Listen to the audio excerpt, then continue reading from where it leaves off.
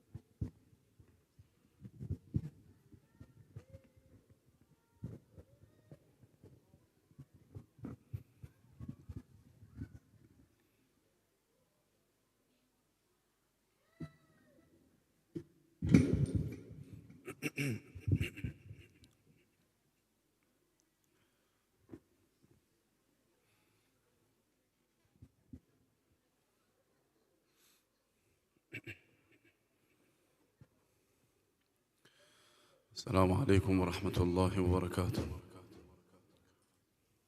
السلام عليكم ورحمة الله وبركاته.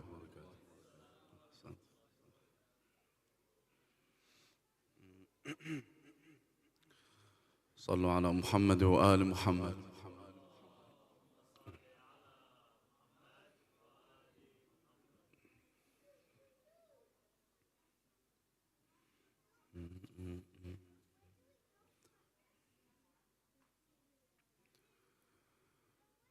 أعوذ بالله من الشيطان الرجيم.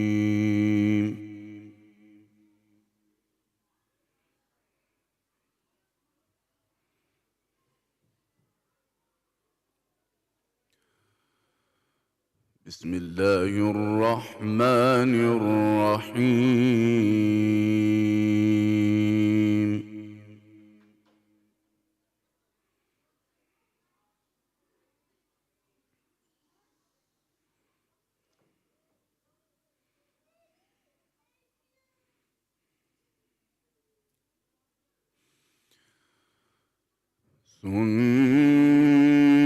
سنة من قد أرسلنا قبلك من رسلنا ولا تجد لسنتنا تحويلا.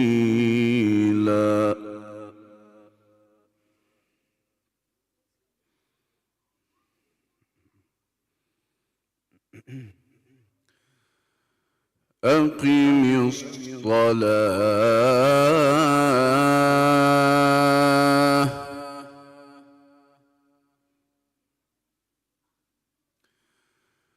أقم الصلاة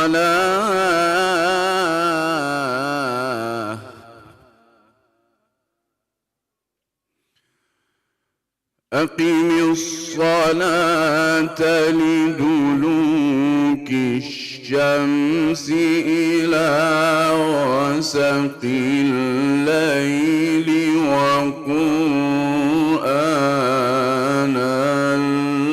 الفجر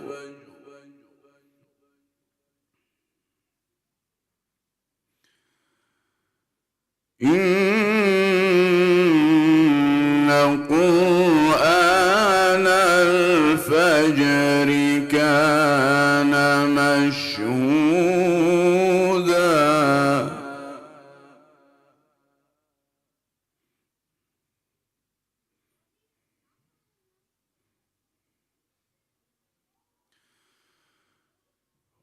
ومن الليل فتهجد به نافلة لك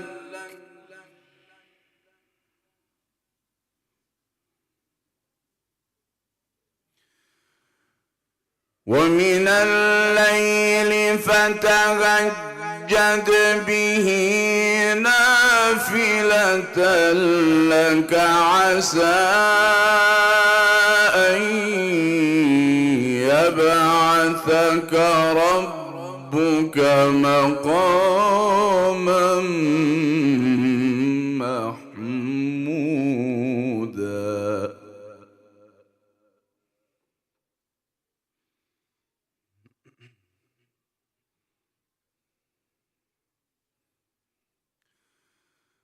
سنة من قد أرسلنا قبلك من رسلنا ولا تجد لسنتنا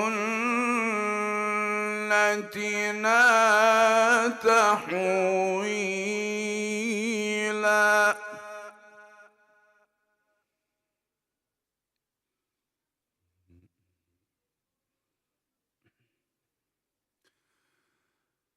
أقم الصلاة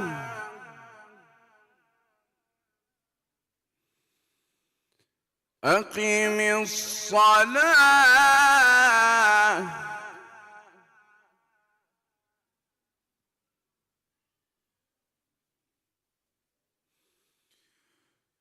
أقم الصلاة لدلوك الشمس إلى غسق الليل وقرآن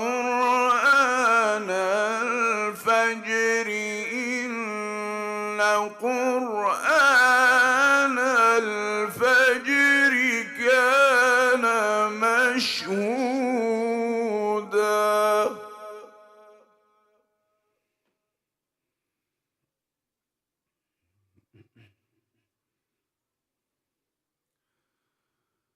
ومن الليل فتهجد به نافلة لك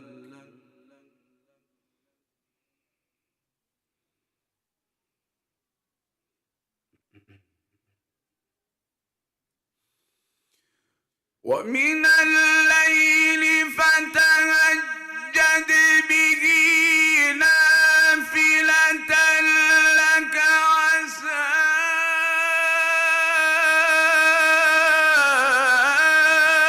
أن يبعثك ربك مقاما محمودا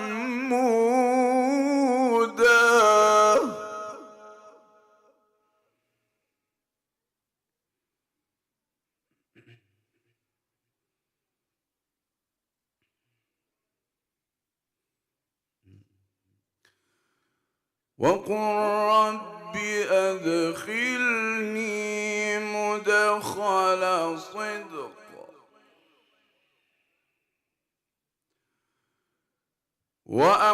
وأخرجني مخرج صدق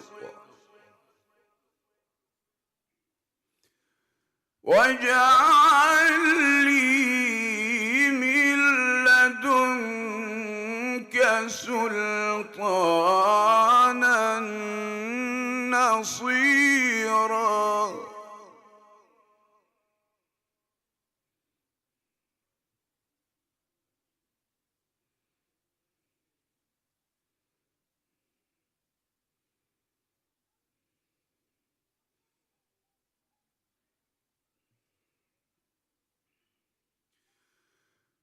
وقل رب أدخلني مدخل صدق وأخرجني مخرج صدق واجعل لي من لدنك سلطانا نصيرا.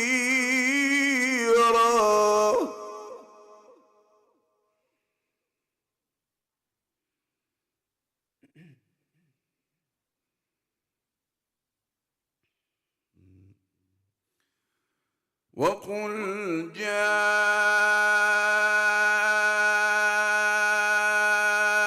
الحق وزهق الباطل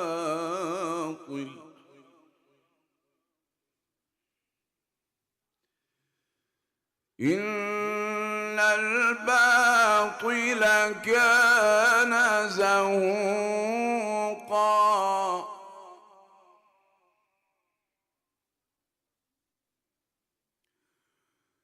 وقل جاء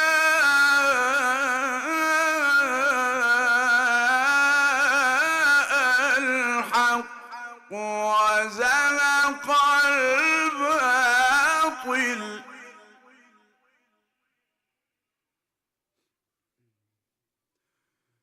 إن الباطل كان زهوقا.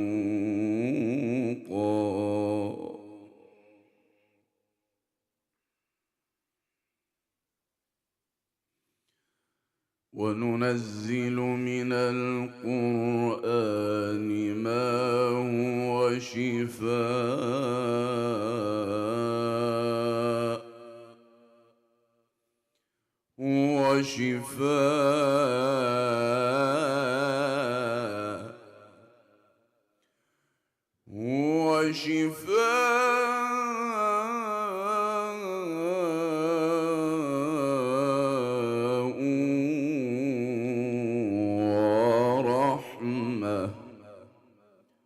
ورحمة للمؤمنين.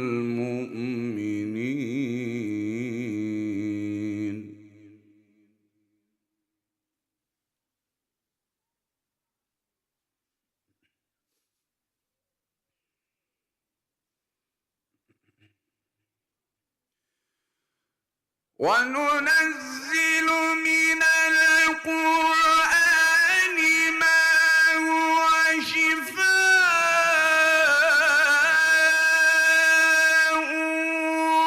ورحمة للمؤمنين ولا يزيد الظالمين إلا خسارا.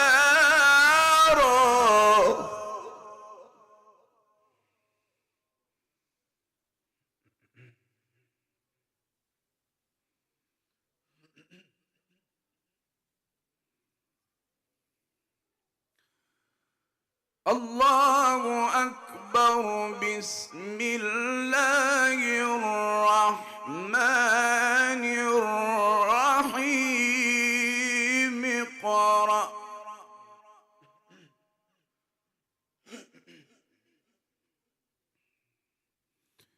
اقرأ اقرأ باسم ربك الذي خلق. خلق الإنسان من علق. اقرأ اقرأ اقرأ وربك الأكرم. الأكرم الذي علم بالقلم. بالقلم علم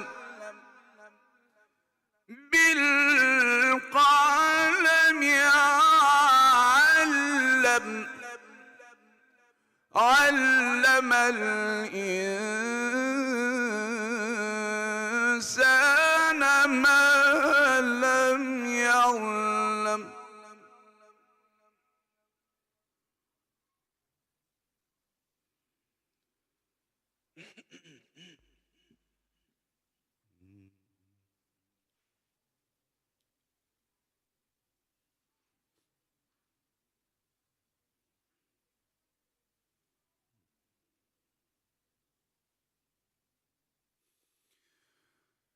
بسم الله الرحمن الرحيم. اقرأ باسم ربك الذي خلق. خلق الإنسان من علق. اقرأ وربك الأكرم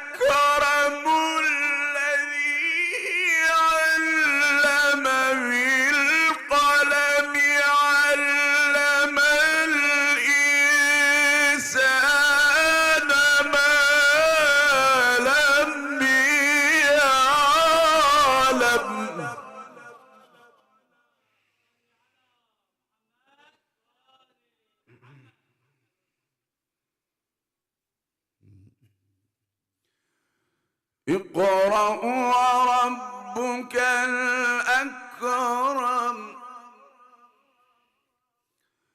الذي علم بالقلم. علم الإنسان ما لم يعلم. صدق الله العلي العظيم. اللهم وسلم وزد وبارك على رسول الله.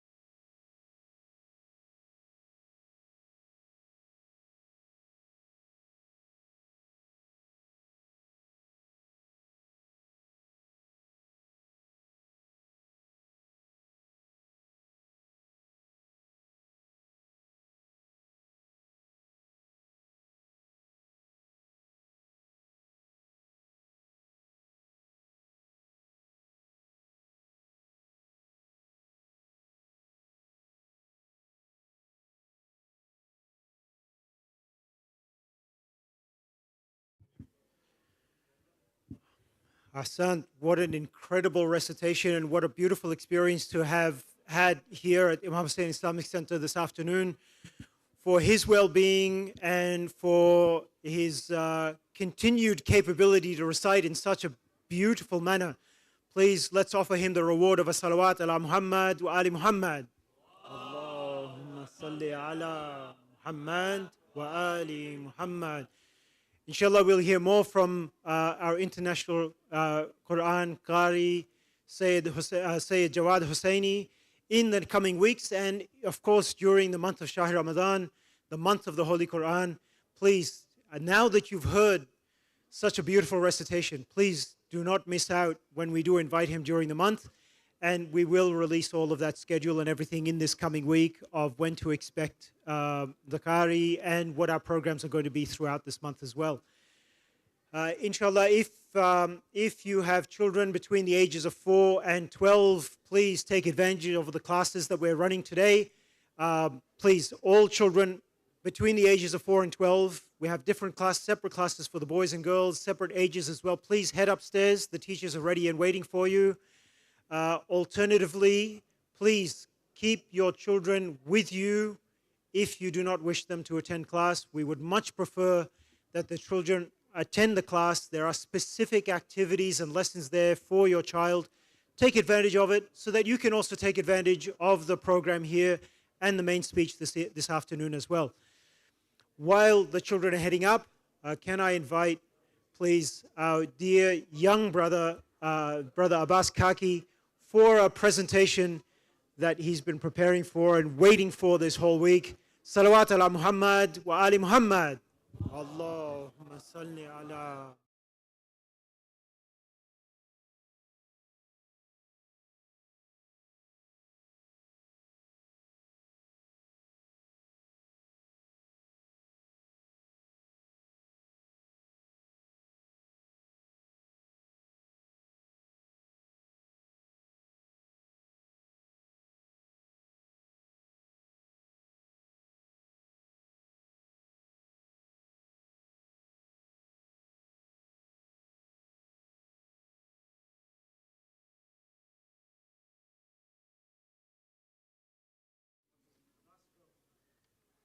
صلوات على محمد وآل محمد.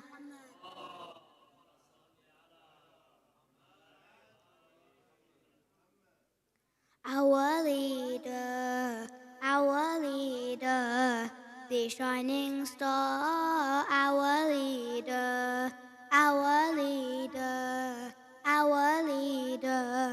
the shining star, our leader. The final proof of hope, of a stable trusted word. The final proof of hope, of a stable trusted word that takes us to Allah. From us never be far, never be far.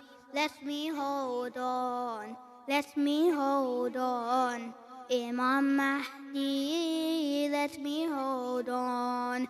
Our leader,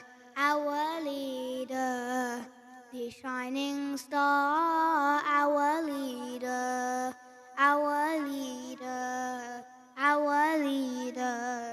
the shining star, our leader. Your labor's no surprise, for Jesus left our eyes. Your labor's no surprise, for Jesus left our eyes. The secret of your birth, like Musa's hidden birth, this was God's plan, this was God's plan. I do not doubt this was God's plan. Our leader, the shining star, our leader,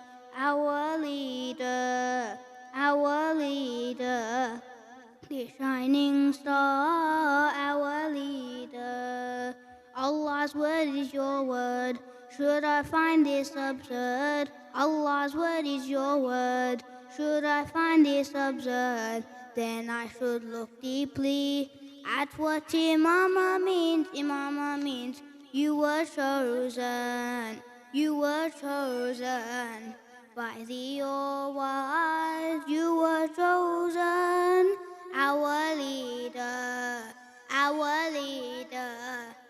shining star, our leader, our leader, our leader, the shining star, our leader. For God you will avenge, as thought Allah depends. For God you will avenge, as thought Allah depends. On God's command you'll roar, on them you'll declare war, declare war. Inni silmun, inni silmun.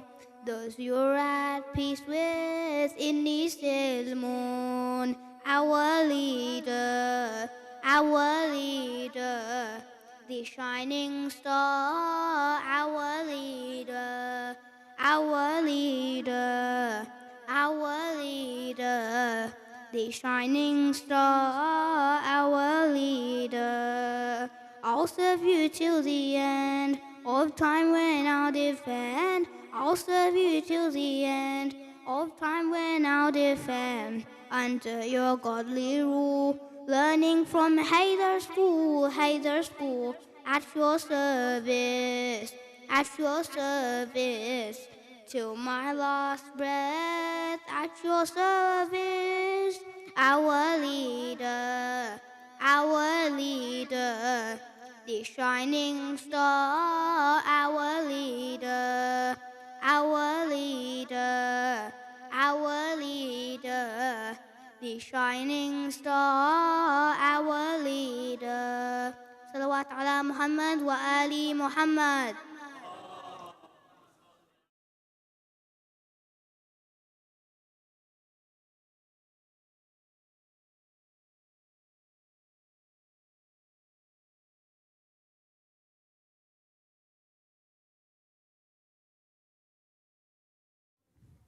Ahsan Abbas, what a beautiful recitation. Thank you very much. Inshallah, you will prepare. We have next month, we have the birthday of Imam Hassan alayhi salam. We have other important events as well. And maybe you can build your capability, maybe do some latam as well, maybe.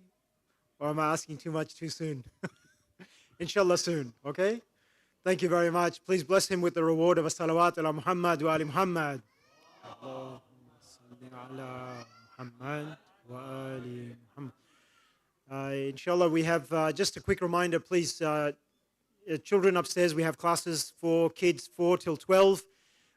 Very specific activities and lessons for your child. If for some reason your children can't go upstairs or you prefer them to be downstairs, please make sure they sit with you as mum or dad or responsible parent or adult. Not sure I can say I'm a responsible adult, but still, keep your kids with you. If you don't want them to attend class, it's better if they do go up. We can enjoy the lecture down here. They get something of real value in that lesson and that class upstairs as well. And inshallah, we'll have some fantastic festivities. We have a beautiful lunch planned, inshallah, and lots of activities and lots of other things. It's really great to see a lot of old and some new faces here this afternoon. Welcome, everybody. It's everybody's attendance and participation that makes these programs so fantastic. So thank you very much for joining us this afternoon, and stay with us throughout the afternoon as well. Next, we have a speech by our dear brother and learned scholar, Sheikh Mohammed Mahdi, followed by some Anasheed and a few fun activities, and we'll move outside for the rest of the afternoon as well. With 3 of your best, warmest, loudest salawat, please welcome Sheikh Mohammed Mahdi for the main speech this afternoon. Salawat ala Muhammad wa ali Muhammad.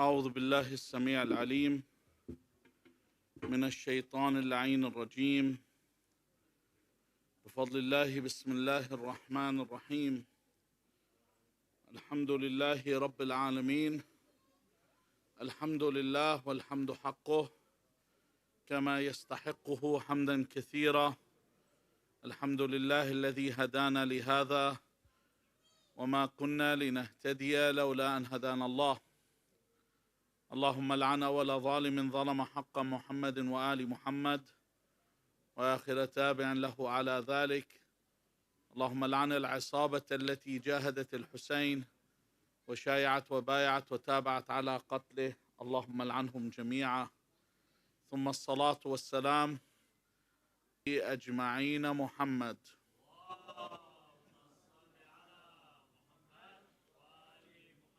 وعلى أهل بيته الطيبين الطاهرين واللعنة الدائمة على أعدائهم أجمعين إلى قيام يوم الدين قال الله العظيم في كتابه الكريم بسم الله الرحمن الرحيم قل أرأيتم إن أصبح ماؤكم غورا فمن يأتيكم بماء معين Say, have you considered if your water has become sunken into the earth, then who could bring you flowing water? Amanna billah, sadaqallahu al-aliyyul azim. The longevity of this speech is determined by your attentiveness. If I see that people are feeling lethargic or they're falling away or they're not really interested, I'm not going to torture you any further with my words. And I'm going to give you a peaceful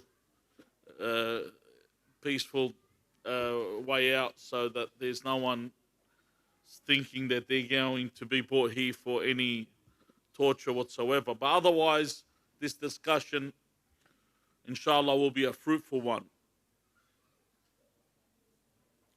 One of the biggest proponents that is banged out by Western media and influencers is that of causing doubt and making doubt arise. Whether they do this verbally, whether they do it explicitly, or they do it where they imply this. Salman Rushdie, if you remember, the author of the Satanic Verses that he authored in 1989, once said to Irshad Manji, he said to her, it's not about saying something that's actually factual. It's about saying something that will cause doubt. Just make the doubt appear in their minds and you'll have them lost. And this is what you have with a lot of Western media and influencers. They don't use anything that's factual. On the contrary, they spread what we call disinformation. See, disinformation is when it's deliberate, when someone deliberately gives you information that will deviate you or cause doubt. And because the person saying it appears so often, you think, this person must be someone that knows what they're talking about, because I see him all the time. And don't be surprised why these people are always suggested to you, why they always appear. And this is the biggest thing that they use, is to cause doubt, make doubt arise. All the enemies of the prophets did the same thing. Don't think it did only occur today. Even if you look at the time of more recently, look at the time of Imam Ali ibn Musa alayhi salam, when he did Salat al-Istisqa and it rained, and then they said, hold on, this man probably did the Salat al-Istisqa, he knew some kind of meteorology, he probably had a Bureau of Meteorology application on his telephone and knew the clouds were coming. How did he know? Yeah, it's a possible thing. And people start thinking, you know what? Yeah, that could possibly be the case. Just like when someone's really in a tight position and all doors are closed and they find there's no way out, and suddenly Allah Azza wa Jal makes a way out for them, and people say, you know what, that was going to happen anyway. And they put that doubt into your head, and you accept. So the first thing that they push towards us is doubt. And all these heretics have one thing in common, and that is ignorance. All the heretics, you the muharifin, the ones that have their own YouTube channels, the ones that say all kinds of things, the one thing they have in common is ignorance. And whenever you see someone call them and debate with them and they tear them to shreds, or you see someone at Hyde Park getting torn to shreds, it's usually someone that doesn't know what they're talking about either. Sometimes the response to something is something very simple. Sometimes it's very subtle. And you find them, they get lost, and this ignorance spreads. And they get exposed by the contemporaries if you are to listen to the people living at the time. When I stand under these false banners and I listen to all these dubious characters, what eventually happens to me, I deviate towards the fire of hell. I lose belief in what was already established within, and I had no doubt. And of these things is the Mahdi. There was never a doubt about Al-Mahdi. In fact, everything you ever read, everything you ever research, and every storybook talks about some prophecy of a savior that will save everything, that will bring justice onto this world. Where did this come from? Where did this idea come from? Why do people write such things? Where do they generate these ideas?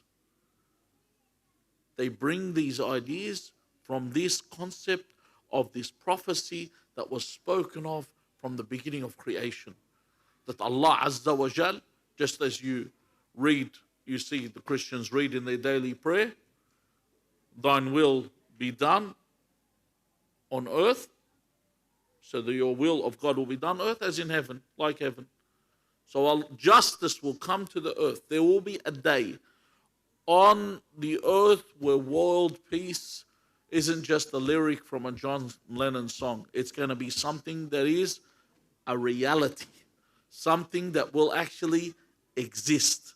World peace will come to the world with the Imam Sahib al-Amr. The problem that arises for people and makes them dubious is they have got to the point where they start to think that the world really isn't so bad. We're so accustomed to it. You know, it's not really that bad. That obviously the people in Islamic centers, the people that are watching what occurs around the world are different. But you go to places where people have no idea what's happening. You know, for us, for some reason, we are all switched on about Palestine. Okay? But if I asked you right now, what's happening in Sudan? How many people know what's happening in Sudan? No one has an idea. You know? What's happening in Pakistan? No one has an idea. What's happening in all these other countries in the world? We don't know. And this is how the Westerners around you live. They don't know what's happening. A lot of them don't know what's happening in Palestine. They don't know what's in Palestine. For them, the only thing they know about Palestine is the kingdom of heaven. They probably watch the movie, and that's their only concept and understanding. And they'll say, oh, it's a political thing. And they will never understand, because a lot of people get their news from Sky, get their news from CNN, and God forbid from Fox. You know, they get their news from these outlets, or 7, 9, and 10. And even the ABC, which was somewhat neutral before, somewhat, and I'm being very, very generous here, even the ABC now has become pro-Zionist channel, completely pro-Zionist, like bikil waqaha, as they say, with absolutely no shame whatsoever. That's how they've all become, so no one understands what's happening. So people become so accustomed to living in this world and see it as being normal. But this idea wasn't something that wasn't foreseen by the Prophet. One of the narrations that is mentioned about Rasulullah sallallahu alayhi wa alihi wa sallam, where he's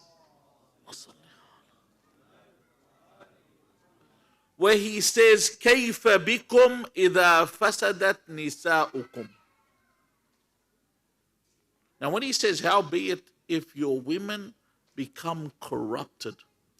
Why is it he talks about nisa'ukum specifically? Because women are modest in character. Women generally are modest. A woman's character, it's all about hishmi. A woman, even no matter how promiscuous she might become, she will conceal the fact. Whereas a guy that becomes promiscuous advertises it. You know, this is how many women I've had relationships with, and he lets the world know about it, but a woman won't. No matter how licentious she becomes, she will always cover this up. Now the Prophet is saying here, how be it if your women become corrupted to the point that women in the world, and it hasn't fully infiltrated the Islamic world, but it's become normal for them to sell their dignity online with no shame whatsoever.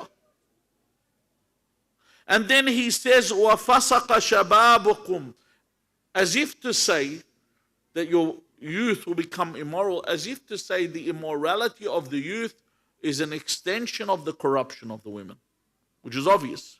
Someone gets onto the internet, and when I say the internet, back in the old days, they used to have a big box monitor sitting in the room, you know, with dial-up 14.4K or whatever, 56, or we'll be a bit generous, and he's dialing up. Now, mate, you got 100 MBS on your phone, and you can sit in the security of your bathroom and no one knows what the hell you're perusing. What are you viewing? No one has an idea. So a guy could be researching something, and they got this, what do they call it, clickbait. You could be reading an article, and then there's a clickbait, an image comes on, and the guy's not made out of stone. He'll click onto this image, and God knows, he goes into the rabbit hole, as Alice in Wonderland did. Alice went into that rabbit hole, God knows where he ends it, and he doesn't see a Mad Hatter, he sees more than that. He ends up in another world altogether.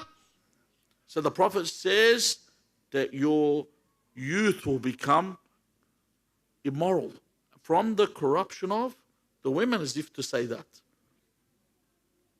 See, people don't see this, it's a huge thing. Absolute access to the whole new universe, that you can get anything. And I'm not going to mention the app, but there was a guy in the United States that went from the East Coast, he went from New York to Los Angeles, to the West Coast, using this app, meeting people on this app. So I don't want to advertise for this app. Using this app, and he would go from one partner to another, and when I say partner, I'm not talking about business deals either, until he got all the way to Los Angeles. The corruption would come from that. Then the Prophet says, وَلَمْ تَأْمُرُوا بِالْمَعْرُوفِ وَلَمْ تَنْهَوْا عَنِ الْمُنْكَرِ, and you will not even you will not enjoin others to do good, nor will you prevent others from committing evil. And that's what it's got to. People are okay about. They're okay about being with people that are committing indecencies. People become to the point where people associate with drug dealers, and it's normal. People associate with Muslims that are alcoholics. We find it normal. We find it normal that when you see a woman wearing hijab, she's got her arm linked with a woman that's, got every crevice showing everybody. There's nothing left for the imagination. They're holding hands and walking together. To show I'm a hijabi, I'm friends with her. Who cares? You're gonna be holding a hand in hand when you're on the day of judgment. Don't think you're not going to be together, because this is the person you're associating with. I have to take a stance here, but the people have stopped. And then they said, Ya Rasulullah, وَيَكُونُ ذَلِكَ. And it's going to be like this. The Rasulullah says, نَعَمْ وَشَرٌ مِّن ذَلِكَ كَيْفَ بِكُمْ إِذَا أَمَرْتُمْ بِالْمُنْكَرِ وَنَهَيْتُمْ عَنِ الْمَعْرُوفِ. Howbeit, if you will enjoin others to do evil and prevent others from doing good. How often do you see when a young girl wants to wear hijab? In Muslim communities, everyone says, "Ba'dik صغير." You're still young.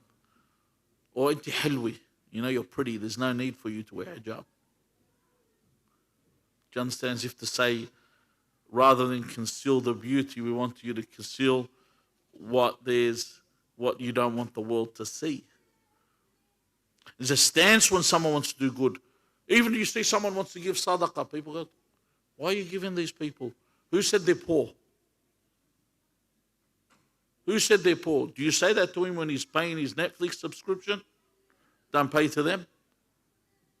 But you prevent them when they want to give in any form of charity. فَقِيلَ يَا رَسُولُ اللَّهِ وَيَكُونُ ذَلِكَ فَقَالَ نَعَمْ وَشَرٌ مِّن ذَلِكَ. They ask him, will it be like this? He says, yes, it will be worse. كَيْفَ بِكُمْ إِذَا رَأَيْتُمُ الْمَعْرُوفَ مُنْكَرٌ وَالْمُنْكَرَ مَعْرُوفٌ. Worse is where we are, where you will see good as evil and evil as good. People, how many times did you see when they were going for the yes vote? People remember back in 2017 when they were going for the yes vote? That plebiscite, just for the record, cost you, the taxpayer, $120 million. That's how much you paid in taxes for that to go through. And you would see images of people on Facebook superimposed with the what? With the rainbow flag. And they're what? Muslims. These same Muslims that were okay with same gender marriages are the same Muslims that when you mention polygyny, they're adverse to it. No, that's wrong. One that was ma'roof is now a munkar, the other was munkar, is now a ma'roof. Or even if you were to say, marrying at a young age. طبعا, when we say marrying at a young age, we're talking about adhering to the law in the country you're in. If you're in a country where it permits it for people to be married, people will be averse to it. If I was to ask everyone present, just based on the way you've been raised and the country's systems and education systems, people are averse to it. They'll tell you, no, I don't accept this. It's changed. Unless, of course, you're a millionaire. If you're a multi-millionaire and you're 70 years old, it's okay for you to marry a young person because you're rich. You know, rich people can get away. You can have your own elite love island and no one will talk about it. We will re-elect you and you'll still be the professor of the university. No one's going to get rid of you if you do something like that. So what's happened? It's got to the hadith where the messenger of God has said, يأتي على الناس زمان الصابر منهم على دينه كالقابض على الجمر. There will come a time, and this is the time, you see it. The one that is sabir ala deen, the one holding firm, is patient, forbearant with their religion, is like the one that holds on to a hot coal. So hard. And even around the Muslims, to have religion is hard. Around the Muslims, they condemn you.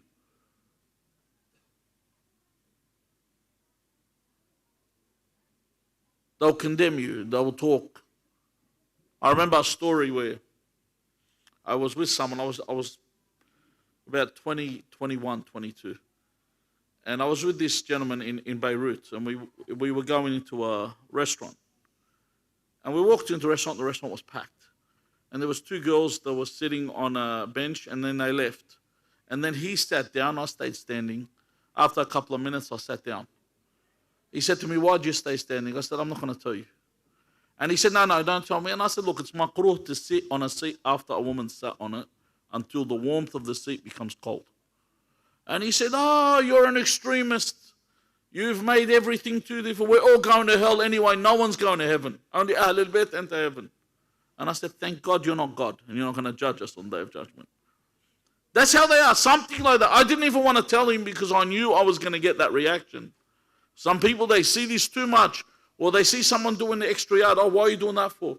Why are you praying the extra 2 rakat? What's the point, brother? What, you think you're more religious than everybody? That's the way that they deal when someone wants to do something extra. They want to do something, yani, at least encourage me so I can do something more, rather than discourage me and have this method. So even around the people of Islam, the people that pray and fast, they will question when you want to do the extra yard. So what's happened is this prophecy about Imam Al-Mahdi has become nothing more than a legend. It's something as if it's mythical, and even though that the narration about the Mahdi exists even in other schools of thought. Suffices that, most honestly, most of the lectures you ever attend to listen about Imam Mahdi, I remember from a child, if I tell you 90% of the lectures about the Imam Mahdi and all the studies are always revolving around what? The longevity and how you can live for a long time. They're always around the existence of the Imam. And as if you're talking to a group of atheists. Could you imagine I walk in and I start giving you every lecture, we start talking about how God exists. And we do this week in, week out, and this is what happens with Imam Mahdi. Week in, week out, the discussion is about what? His existence. Even though the hadith says, "Man mata wa lam ya'rif imam zamanihi mata mitatan or mata mitatal jahiliyyah." Whoever dies and does not know the imam of his time dies the death of what? Of the age of ignorance. One man says, "Yabna Rasulullah" to Imam Al-Sadiq. Because Rasulullah said this hadith. He said, is this the death of ignorance of the matter, or is this the death of disbelief?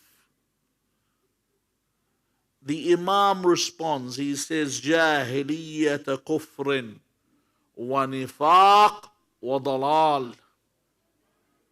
Allahu Akbar. The one that's ignorant of the Imam dies the death of disbelief, the death of hypocrisy, the death of deviation. What more do I want than that? So disbelief in him, in the Imam, is disbelief in itself. If I don't believe in the Imam, I don't believe in the existence of the Imam, that he will rise, this is disbelief in itself. One man told me that one of his friends, when I say this man's alim, told me about another alim, I should say. He said he was in a gathering with, it was a gathering with Sunni and Shia ulama that were discussing, and this was recent, they were discussing the plight of the world and what we should do. And then he said that when they were talking about the Mahdi is the solution to all the problems, he said, a thought came to my head. He said, why don't we appoint one of us as the Mahdi? The Shia Adam said this.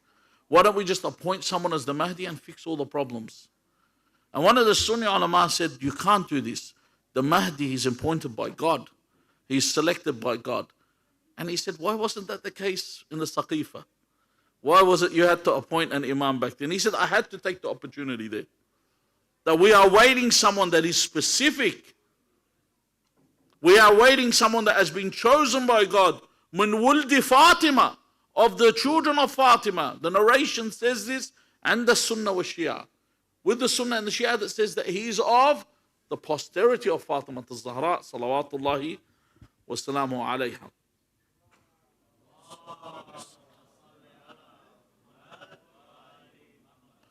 And the other thing that is for certain is that Rasulullah sallallahu alayhi wa alihi wa sallam, and I don't want to go with all the arguments of the Imam's longevity and always existing, is Rasulullah says in Hadith al-Thaqalain, which is narrated by Sunni and Shia, about the Qur'an and the Ahl al-Bayt, the Imam, أنهما لن يفترقا حتى يرد علي الحوض. So I know for certain the Qur'an exists, the Imam exists.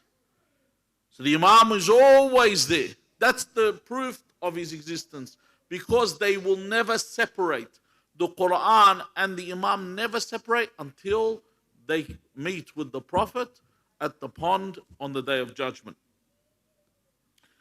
The thing is, then people will ask, all right, I want something tangible. I want something that I can physically see. Our whole belief, our whole system is based on what? ذلك الكتاب لا ريب فيه هدى للمتقين الذين يؤمنون بالغيب. The believer is someone that believes in al-ghaib. The ghaib is the unseen. This is where the test is. You know, what's his name? Sheikh Ali Rida Panayan. He said, if you could actually see paradise, I remember he said, if you actually could see paradise in front of you all the time, and you see everything in paradise, he goes, no one's going to commit a sin. Everyone knows we're going there. So the whole idea is this ghaib, this unseen. This is where the test comes in. The test, God gives you all the proofs and all the evidence that exists. Do you believe or don't you believe? You know, sometimes when you sit and you watch the videos on the animal kingdom, you think, what's the purpose? All these intricate beings that are so amazing in every single way. Like just recently they discovered a new species of, guess what? Huh? Have you guessed what animal they discovered a new species of? You wouldn't believe it. The biggest constrictor. They found a new species of anaconda. An anaconda just slipped their mind. They didn't see it. Do you imagine there's something being found all the time? All these creatures that exist are for what? Allah Azza wa Jal says, look at these. What is their purpose? I was sent my brother a video and I don't encourage this guy because he's an atheist, but some of the points he says, he's a physicist. For Brian Cox, he's a physicist. But he talks about that there are so many planets that have the same variables as the Earth does. Like they've got like a sun from that distance and a moon in different galaxies. Yet not one of them has any life. See the Hojjah Allah Azza wa Jal puts? You can make that environment. I make life. Allah Azza wa Jal says, I'm the one that makes it. I'm the one that gives life. So you can find everywhere around, life will not exist. Even if it's the same situation as on earth, life will not exist unless Allah Azza wa Jal makes life. It comes solely through Allah. And you have this iman in this ghaib from the beginning. You believe in Allah, you do not see Allah. You believe in the Day of Judgment, you do not see the Day of Judgment. You believe in Rasulullah sallallahu alayhi wa alihi, you did not see Rasulullah. The Imam of your time, why does it stop there? Why do people say, hold on, I'm not going to believe in Al-Mahdi? Or hold back from there. And when I say believe, I'm not talking about just the fact. People say, yeah, I believe. But when I say believe, to the point that when you have a problem, that you know it's in the hand of Allah Azza wa Jal through the Imam. I know this. And I know this to the point I turn to this first. This is my first choice. That when it comes to this, the first choice that when I have a problem, that I come towards this direction. Why? Because the souls today have become so corrupted. That's the problem. The Messenger of God sallallahu alayhi wa alihi says, سيأتي زمان على أمتي لا يعرفون العلماء إلا بثوب حسن. That time will come where people will not know the alim except by his clothing and his dress. And I will tell you this, even the way you appear. Once, I'm not going to say which country it was, they had it closed off. It was one of the countries where they have our people, and Shia. I was driving an old car and I came to a closed off area. And I wanted to go through. They told me, park outside, you can't come through. Few weeks went past and I was driving my mate's X6.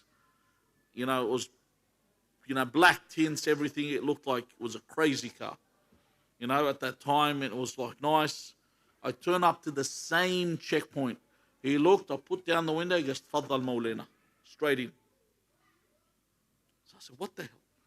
Same people, same checkpoint. One, I come with an old car, I got no leverage there. You come with a new car, you're somebody. I come with an entourage. If imagine you walk, the second I enter this majlis, I enter with about 10, 15 people. Everyone go, who's this guy? Who's he connected to? Sheikh Mansour, actually, I was talking to him when I was in Com recently. I was in Com Al-Muqaddasi recently, a couple of weeks ago, and he told me a story. Haj Hassan Rada's not here, so I can talk about him all I want. He told me I was in the airport, and I was with Haj Hassan Rada, and Haj Hassan was wearing, Haj Hassan, mashallah, he's big and robust. As I was walking with him, everyone thought I was a somebody, and this was my bodyguard, walking around. This is what he said. He said, this is the way it is. That's the way people are. They think, all right, this guy's somebody, the mas'ul. You can walk around. If I go to certain countries, I walk around. I get two guys in suits, and they're just nice refrigerators walking with me. I get someone the size of Rabi Khalil with me on either side, and I walk, and that's it. Everyone think I'm a somebody. People will be going, Salaamu Alaikum, you're a somebody. That's the way it is. One alim once entered a gathering, and he was dressed in normal clothing. And every time he'd give his opinion, everyone would ignore him. So the next day he came with a whopping turban, clothing. He sat with them and started to give his opinion. People started to listen. So when they put the food for them to eat, he started to fill up his sleeves with the rice. They said, what are you doing? He said, well, you respect clothing, so you might as well feed the clothes. This is what you respect. So the Prophet is saying, لا يعرفون العلماء إلا بثوب حسن. How you look is how you're respected. What your appearance is like is how you will be recognized. This is the point where people have come to. ولا يعرفون القرآن إلا بصوت حسن. Sometimes the Qur'an's been read, people keep talking, they don't care. Someone's got a cracker voice, gets up, gives a recitation, everyone's like mesmerized by that voice. That's it. When you hear the Qur'an, the voice is good, we'll listen to it. The voice is not good, we're not interested. We're not interested in the meaning. This is what Rasulullah sallallahu alayhi wa alihi wa sallam is saying this. وَلَا يَعْبُدُونَ اللَّهِ إِلَّا فِي شَهْرِ رَمَضَانِ. That Allah is not worshipped except in Shahr Ramadan. Shahr Ramadan comes along and people go all religious. One of my friends told me a person visited him that works for a crooked organization. He spoke to them. I'm not going to talk about anything in detail. If anyone works it out, good luck to them. They said to him that our business goes dead. For Shahr Ramadan we understand, and another 10 days during the year. He meant Muharram. Other than that, our business is booming. In other words, people, they follow and worship God, and they give that respect for Shahr Ramadan al-Mubarak. And then the Messenger of God sallallahu alayhi wa alihi says, فَإِذَا كَانَ كَذَلِكَ صَلَّطَ اللَّهُ عَلَيْهِمْ سُلْطَانَهُ لَا عِلْمَ لَهُ وَلَا حِلْمَ لَهُ وَلَا رَحْمَ لَهُ. When it becomes like this, Allah will put an authority over them. Listen, someone that's above them, someone that will rule them, that has no knowledge. Take a look at the world you live around. I will pay you if you can listen to Genocide Joe talk and understand a word he's saying. Just sit there and listen to a word. Tell me if this guy can string a sentence together. No alim. You look at all these leaders around, no alim. They have no knowledge. No knowledge whatsoever. No knowledge. You're listening to them, they have absolutely no knowledge. Wala hilm means when someone's halim, someone's forbearant, sabur, that they don't overreact, they're not rash. take a look at the people who were around. You saw the flower massacre recently. You saw that. Forget about what the Zionists did. Forget about the fact, see, the Zionists are beyond for me. Zionists, you're dealing with Nazis. You're dealing with bloodthirsty criminals that live on blood.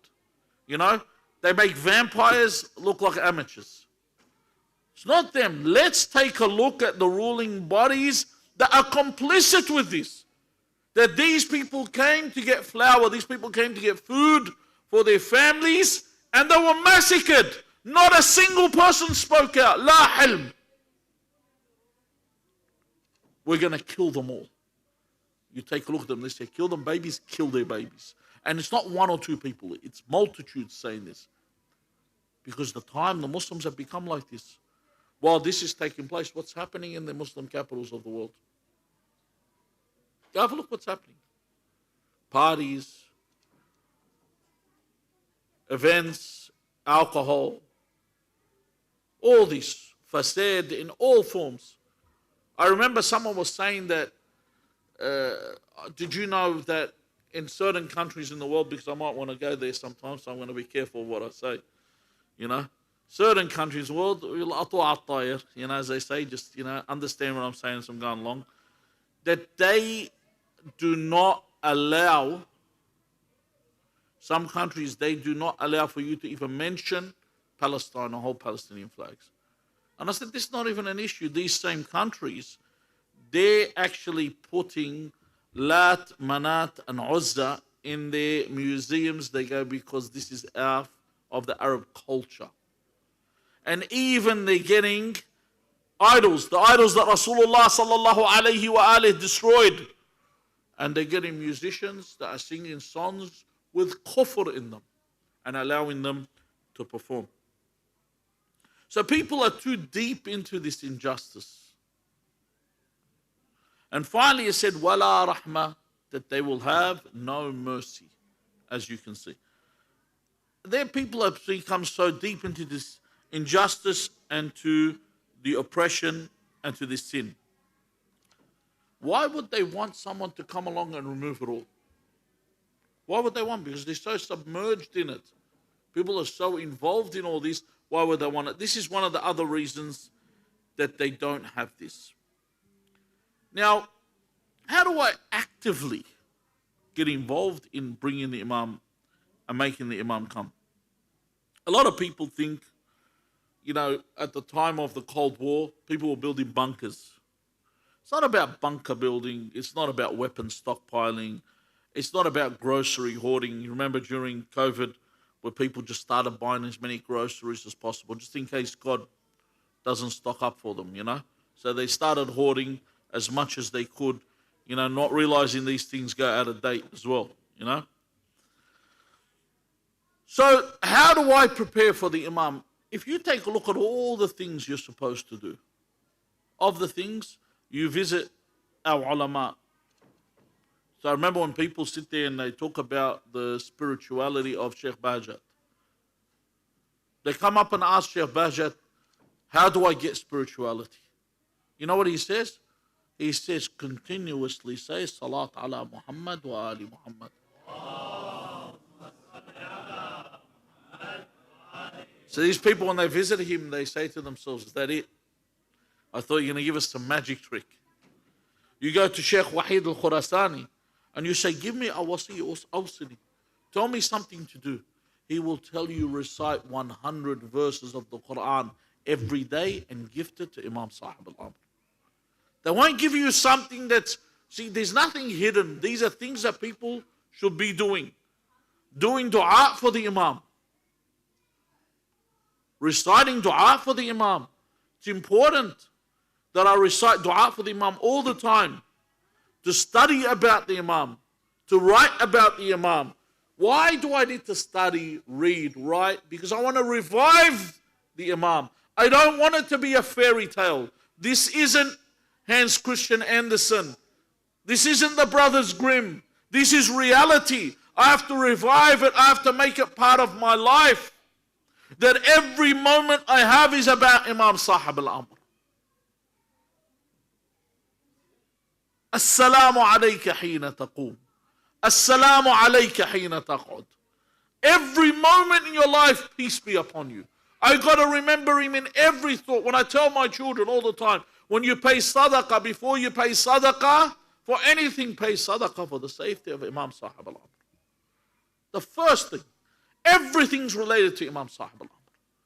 Everything is related to this Imam. Why? Because our faraj is with him. Our salvation, our relief. You want change in this world? It's Imam Sahib al-Amr that would do this. It's a prophecy that we all await, but the difference is we can fulfill this prophecy and we can make it come as soon as we want. Imagine you go to the hospital now and they tell you, listen, the waiting list's about 8 hours, 10 hours. God forbid, inshallah, you'll stay in good health. You know how it is when you go emergency ward, 8 to 10 hours. Someone comes along and says, would you rather go in now or would you rather wait the 10 hours? Unless your faculties are like dysfunctioning, you're going to say, listen, I'll have the shortcut. No one's going to sit there and say, I want to wait for 10 hours. The same is here. When I associate myself with the Imam, there is also a way to hasten the reappearance.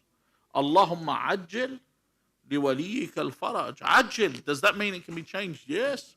I can bring it forward and I'll leave you with this hadith that I want you to consider. In this hadith, that when we talk about the Imam, this is عن الإمام أبي عبد الله الصادق صلوات الله والسلام عليه. He says, فَلَمَّا طَالَ عَلَى بَنِي إِسْرَائِيل الْعَذَابِ. When Bani Israel, after they went into what? After Nabi Yusuf alayhi salam, they were kings. Nabi Yusuf was the king of Egypt. He was of the high ranks. And they went from there, Bani Israel, until they became what? Slaves. They became abid of the Egyptians. So when it prolonged that they were being persecuted, like you can see now, the persecution of the Muslims. Are we in pain? How much pain are we in? Depends on our reaction. فَلَمَّا طَالَ عَلَى بَنِي إِسْرَائِيلِ الْعَذَابِ ضَجُّوا وَبَكَوْا. That they began to cry from this. You know, people right now, especially the ones that follow what's happening around the world, they cry. They are so affected. He says, ضَجُّوا وَبَكَوْا إِلَى اللَّهِ أَرْبَعِينَ صَبَاحًا. For 40, there's a secret with the 40. There's a lot of hadith when it comes to 40 days, excuse me. I don't know, there's an alarm. My phone's on silent. So, do not condemn me. Salli ala.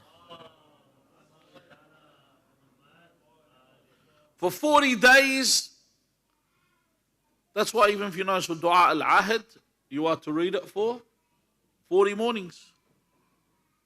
You read Dua al-Ahd, that if I do not see the Imam, فَأَخْرِجْنِي مِنْ قَبْرِ مُتَّزَرًا كَفَنِي شَاهِرًا سَيْفِي. You know, that I want to come in my kafan, with my sword drawn. I want to stand with the Imam Sahib al-Amr at this time. That even if I don't make 40 mornings, but it says 40 mornings, that dajju, that wabakaw, that these people made what? They made a scene. Wasn't no weeping, they made a scene. That they really begged from their hearts, they wanted this. He says, فَأَوْحَى اللَّهُ إِلَى مُوسَى وَهَارُونَ يُخَلِّصُهُم مِّن فِرْعَوْنَ فَحَطَّ عَنْهُمْ 70 وَمِئَةَ سَنَةً. That he reduced their waiting time. He told Musa and Harun the time. He reduced the waiting time of Banu Israel by how much? By 170 years. So they were supposed to wait another 170 years. Allah reduced it by that much. So their time wasn't even coming. They're going to wait a bit longer. They reduced it by being in this point. He says, هكذا, Imam Sadiq says, هكذا أنتم لو فعلتم لفرج الله عنا فأما إذا لم تكونوا فإن الأمر ينتهي إلى منتهى. If you do this, Allah will bring it forward. If not, it will stay until the end, the expiry, the last moment that Allah has put for the faraj to come. Because the faraj will happen before. Even we have a hadith, even if there's a day left before the day of judgment, the Imam will rise. So it will stay till its very end until the people turn and say, that's it, we're going to take a stance. We've had enough of this world. We've had enough of a world that cannot differentiate between a male and a female. We've had enough of a world where killing a mass is acceptable. As long as they're not white, they're brown, you can kill as many as you want. You know? We're living in this kind of a world where people find this absolutely normal. People are complicit with massacres. We're living in this type of world. If we are happy with this world, then so be it. If we are not, what are we doing? Obviously, I'm talking to myself before I talk to you.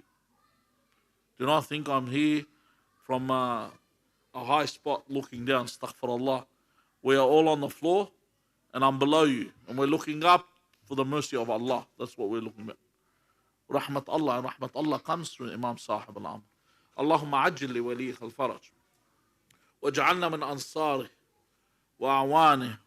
ومن الذابين عنه والمستشهدين بين يديه. اللهم صل على محمد وآل محمد. اللهم كن لوليك الحجة ابن الحسن صلواتك عليه وعلى آبائه في هذه الساعة وفي كل ساعة وليا وحافظا وقائدا وناصرا ودليلا وعينا حتى تسكنه أرضك طوعا وتمتعه فيها طويلا برحمتك يا أرحم الراحمين. وإلى أرواح المؤمنين والمؤمنات وإلى أرواح موتانا وموتاكم ولقضاء الحوائج وقبول الأعمال وشفاء المرضى وغفران الذنوب وتعجيل الفرج وحسن العاقبة. رحم الله من قرأ سورة المباركة الفاتحة مع الصلوات.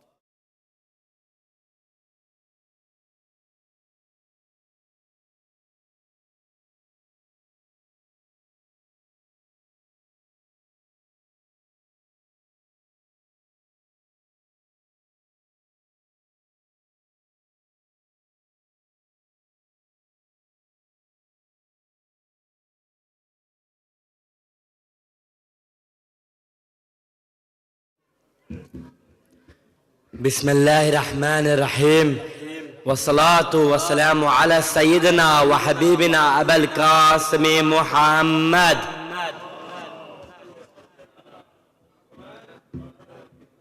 وعلى آله الطيبين الطاهرين معصومين. صلوا على محمد وآل محمد.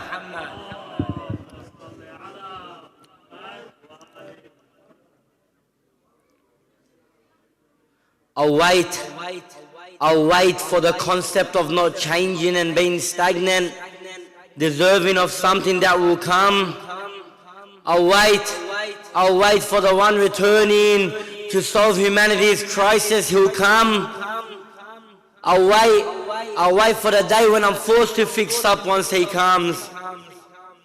I'll wait for when it's absolutely necessary for me, for the right cause, to share my income. But wait, maybe don't just wait. Maybe this wait carries a bit more weight. Maybe this wait is being prolonged by my insistence to wait for the one who solves all. A level of expectation which neglects the fact I need to pull my weight to solve this wait. Maybe the mindset needs to change. Due to the state I live in, being in an absolute state, this change to improve, I can't say is innate. I need to stop saying the situation makes me irate. It's time to step up and change this world's fate, to hasten the return and confirm its date. The longer I take to change, you only get more and more late. Day by day, the world is increasing in hate, and I've been yelling this dua for his reappearance since I was what? 6, 7 or 8? But I'll keep reciting it even when I'm 60, 70 or even beyond 80, to raise me from a grave with a soul that's weighty, ready for war. In my kafan, my sword to defend just one, ready to take part in the first war that before he has started had already been won. I just wish I knew what it would take. Maybe a dua that's sincere from me, not fake. I guarantee with all that wajib in cutting out all my mistakes, and maybe, just maybe then he'll respond to my labbaik. Sallu ala Muhammad wa ali Muhammad.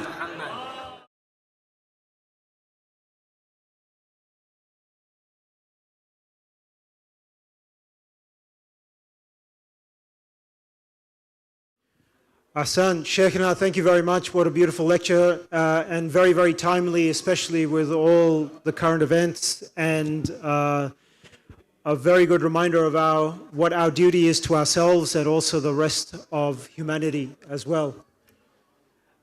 Zach, as always, a beautiful poem. The other Zach. Yeah, he got excited.